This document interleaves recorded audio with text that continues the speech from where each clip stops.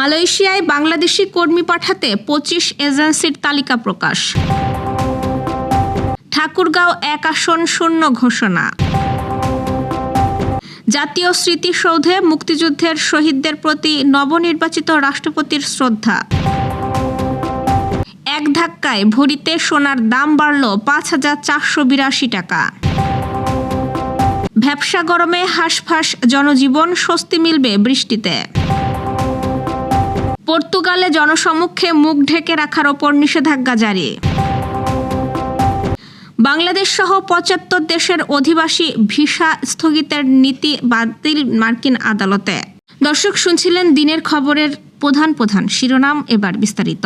তার আগে আমাদের ইউটিউব চ্যানেল সাবস্ক্রাইব করুন এবং সব খবর পেতে ফেসবুক পেজ ফলো করে রাখার পাশাপাশি ওয়েবসাইট ভিজিট করুন। বাংলাদেশ থেকে মালয়েশিয়ায় কর্মী নিয়োগের জন্য 25টি রিক্রুটিং এজেন্সির তালিকা প্রকাশ করেছে দেশটির বিদেশি কর্মী নিয়োগ প্ল্যাটফর্ম FWCMS। গতকাল শুক্রবার প্রকাশিত এ তালিকায় বাংলাদেশের 25টি রিক্রুটিং এজেন্সির নাম রয়েছে। তবে কি প্রক্রিয়ায় এবং কবে থেকে এসব এজেন্সির মাধ্যমে বাংলাদেশ থেকে কর্মী পাঠানো শুরু হবে সেই বিষয়ে মালয়েশিয়া সরকারের পক্ষ থেকে এখনো আনুষ্ঠানিক ঘোষণা দেওয়া হয়নি। মালয়েশিয়া শ্রমবাজার সব বাংলাদেশি রিক্রুটিং এজেন্সির জন্য উন্মুক্ত রাখার দাবি জানিয়ে আসছিলেন জনশক্তি রপ্তানিকারকদের সংগঠন বাইরার একাংশের নেতারা। তাদের মতে 25 এজেন্সির তালিকা প্রকাশ করা হলেও কর্মী পাঠানোর প্রক্রিয়া, শুরুর সময় এবং এজেন্সিগুলো বাছাইয়ের মানদণ্ড এখনো স্পষ্ট নয়। ফলে তারা নতুন করে সিন্ডিকেটের আশঙ্কা করছেন। তালিকায় থাকা এজেন্সিগুলো হলো Bangladesh one overseas limited, Bengal human resources development,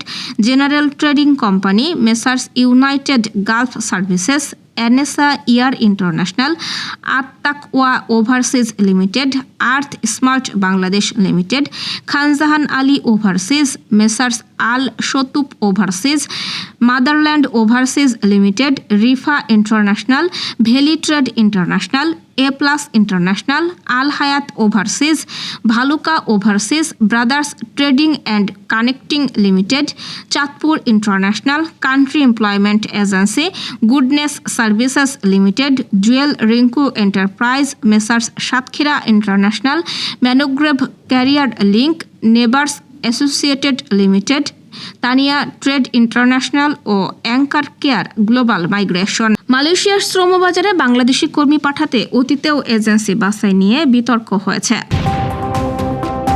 দেশের 23তম রাষ্ট্রপতি হিসেবে দায়িত্ব গ্রহণ করেছেন ত্রয়োদশ জাতীয় সংসদের ঠাকুরগাঁও 1 আসন থেকে নির্বাচিত সংসদ সদস্য মির্জা ফখরুল ইসলাম আলমগীর। ফলে সংবিধান অনুযায়ী তার সংসদীয় আসনটি শূন্য ঘোষণা করেছে বাংলাদেশ জাতীয় সংসদ সচিবালয়। আজ শনিবার জাতীয় সংসদ সচিবালয়ের লেজিসলেটিভ সাপোর্ট উইংয়ের সচিব ব্যারিস্টার গোলাম সরোয়ার ভূঁইয়া স্বাক্ষরিত প্রজ্ঞাপনে এই তথ্য জানানো হয়েছে। প্রজ্ঞাপনে বলা হয়, বাংলাদেশ জাতীয় সংসদের নির্বাচনী এলাকা 3 ঠাকুরগাঁও 1 আসন হতে নির্বাচিত ত্রয়োদশ জাতীয় সংসদের সংসদ সদস্য মির্জা ফখরুল ইসলাম আলমগীর বাংলাদেশের রাষ্ট্রপতির কার্যভার গ্রহণ করায় ওই আসন সংবিধানের 50-4 অনুচ্ছেদ অনুযায়ী তার কার্যভার গ্রহণের তারিখ হতে শূন্য হল। সাভারের জাতীয় স্মৃতিসৌধে মুক্তিযুদ্ধের বীর শহীদদের প্রতি শ্রদ্ধা জানিয়েছেন নবনির্বাচিত রাষ্ট্রপতি মির্জা ফখরুল ইসলাম আলমগীর। আজ সকাল 10:30টার দিকে এই শ্রদ্ধা নিবেদন করেন রাষ্ট্রপতি। রাষ্ট্রের সর্বোচ্চ সাংবিধানিক দায়িত্ব গ্রহণের পরদিন জাতীয় স্মৃতিসৌধে মুক্তিযুদ্ধের বীর শহীদদের প্রতি শ্রদ্ধা জানান তিনি।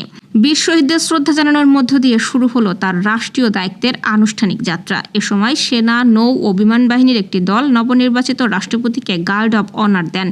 শ্রদ্ধা নিবেদন শেষে মির্জা ফখরুল ইসলাম আলমগীর স্মৃতিসৌধ প্রাঙ্গণে রাখা পরিদর্শন বইয়ে স্বাক্ষর করেন এবং স্মৃতিসৌধের আঙিনায় একটি গাছের চারা রোপণ করেন। দেশের বাজারে সোনার দাম বাড়ানোর ঘোষণা দিয়েছে Bangladesh jewellers association BAJUS. VAT সহ স্বর্ণালংকারের দাম প্রতি ভরিতে সর্বোচ্চ 5,482 টাকা পর্যন্ত বাড়ানো হয়েছে।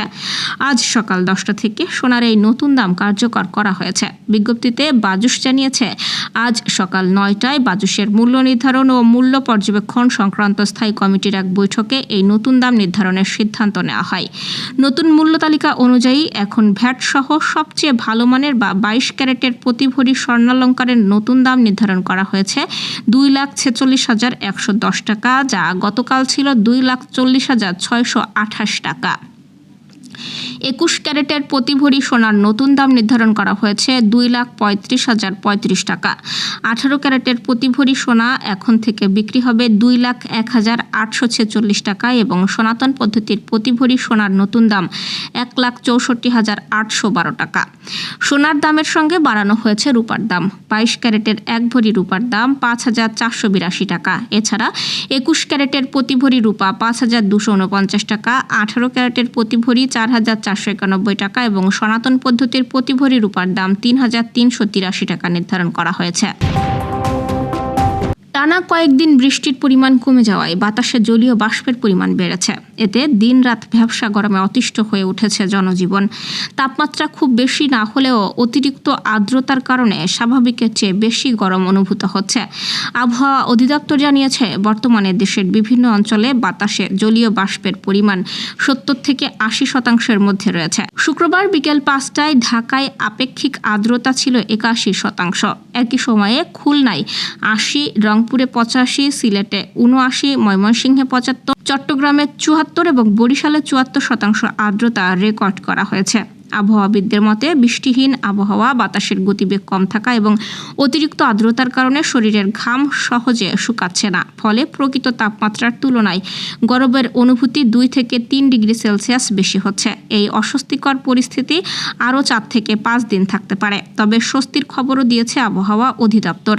শনিবার রংপুর, ময়মনসিংহ, চট্টগ্রাম ও সিলেট বিভাগের অনেক জায়গায় এবং রাজশাহী, ঢাকা, খুলনা ও বরিশাল বিভাগের কিছু এলাকায় দমকা হাওয়া সহ হালকা থেকে মাঝারি বৃষ্টি বা বজ্র বৃষ্টি হতে পারে। কোথাও কোথাও ভারী থেকে অতি ভারী বৃষ্টির সম্ভাবনাও রয়েছে। আবহাওয়াবিদরা বলছেন, কাঙ্ক্ষিত বৃষ্টি হলে দিনের পাশাপাশি রাতের তাপমাত্রাও কিছুটা কমতে পারে। এতে কয়েকদিন ধরে চলা ভ্যাপসা গরম ও অস্বস্তি থেকে কিছুটা স্বস্তি মিলবে। পর্তুগালে প্রকাশ্য স্থানে মুখ ঢেকে রাখার ওপর নিষেধাজ্ঞা জারি করা হয়েছে। দেশটির নতুন আইনে বোরকাসহ মুখ ঢেকে রাখে এমন যে কোনো ধরনের আভরণ নিষিদ্ধ করা হয়েছে। আইন ভঙ্গ করলে 150 থেকে সর্বোচ্চ 3,000 ইউরো পর্যন্ত জরিমানা হতে পারে। শুক্রবার যুক্তরাজ্য ভিত্তিক সংবাদ মাধ্যম টেলিগ্রাফ জানিয়েছে, পর্তুগালের প্রেসিডেন্ট আন্তোনিও জোসে সেগুরো এই সপ্তাহেই নতুন আইন কার্যকরের ঘোষণা দেন। পর্তুগিজ গণমাধ্যম আইনটি বোরকা আইন নামে পরিচিতি পেয়েছে। আইনে সরাসরি কোনো নির্দিষ্ট ধর্মীয় পোশাকের নাম উল্লেখ করা হয়নি, তবে মুখ আংশিক বা পুরোপুরি ঢেকে রাখা মুসলিম নারীদের পোশাককে লক্ষ্য করে আইনটি করা হয়েছে বলে মনে করা হচ্ছে। নতুন আইনে অবশ্য কিছু ব্যতিক্রম রাখা হয়েছে। স্বাস্থ্যগত, পেশাগত, শৈল্পিক বা আবহাওয়াজনিত কারণে মুখ ঢেকে রাখার অনুমতি থাকবে। এছাড়া উপাসনালয়, কূটনৈতিক মিশন ও বিমানের ভেতরেও নিষেধাজ্ঞাটি প্রযোজ্য হবে না। আইনে লিঙ্গ, ধর্ম, বয়স বা জাতিগত পরিচয়ের কারণে কাউকে জোর করে মুখ ঢাকতে বাধ্য করাও নিষিদ্ধ করা হয়েছে। বাংলাদেশ সহ 75টি দেশের নাগরিকদের অভিবাসী ভিসা দেওয়া স্থগিত করে ট্রাম্প প্রশাসনের নেওয়া বিতর্কিত নীতি বাতিল করে দিয়েছে যুক্তরাষ্ট্রের একটি আদালত। নিউ ইয়র্কের ম্যানহাটন জেলা আদালতের বিচারক জ্যানেট ভার্গাস এক রায়ে পররাষ্ট্রমন্ত্রী মার্কো রুবিওর জারি করা নীতিকে সম্পূর্ণ বেআইনি বলে উল্লেখ করেন। চলতি বছরের জানুয়ারিতে ট্রাম্প প্রশাসন 75টি দেশের নাগরিকদের অভিবাসী ভিসা দেওয়া স্থগিত করেছিল। তালিকায় বাংলাদেশ ও পাকিস্তান ছাড়াও Brazil, Colombia, Uruguay, Bosnia, Albania সহ আফ্রিকা, মধ্যপ্রাচ্য ও ক্যারিবীয় অঞ্চলের বিভিন্ন দেশ ছিল। মার্কিন পররাষ্ট্র দপ্তরের দাবি ছিল, এই সব দেশের ভিসা আবেদনকারীদের যুক্তরাষ্ট্রে গিয়ে সরকারি আর্থিক সহায়তার উপর নির্ভরশীল হয়ে পড়ার ঝুঁকি বেশি। তবে আদালত বলছে, শুধু কোনো ব্যক্তির জাতীয়তার ভিত্তিতে ঢালাওভাবে অভিবাসী ভিসা স্থগিত করা মার্কিন ফেডারেল অভিবাসন আইনের সঙ্গে সামঞ্জস্যপূর্ণ নয়। কনসুলার কর্মকর্তাদের ভিসা প্রক্রিয়ায় এভাবে হস্তক্ষেপ করার ক্ষমতাও পররাষ্ট্রমন্ত্রীর নেই বলে রায়ে উল্লেখ করা হয়েছে। মানবাধিকার সংগঠন ও ক্ষতিগ্রস্ত ভিসা আবেদনকারীদের করা মামলার পর আদালত এই সিদ্ধান্ত দিল। দর্শক, এ ছিল দুপুরের আয়োজন। সন্ধ্যার খবর দেখার আমন্ত্রণ রইল। এতক্ষণ সাথে থাকার জন্য ধন্যবাদ।